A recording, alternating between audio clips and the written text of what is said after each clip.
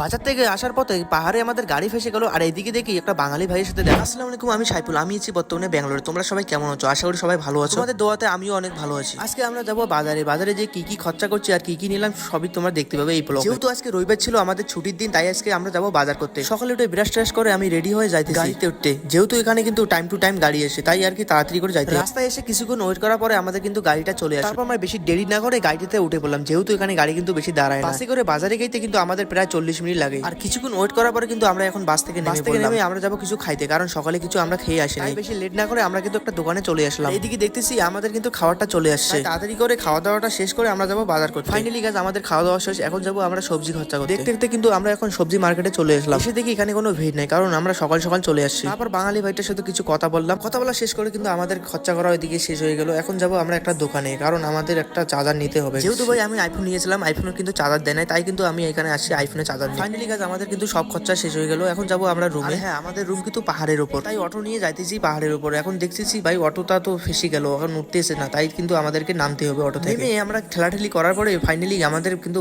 অটোটা উঠে গেল। এগুলোটা তোমাদেরকে ভালো লাগছে, আর হ্যাঁ যদি ভালো লাগে তাহলে একটা কমেন্ট করে দিও। দেখা হচ্ছে পরের ব্লগ।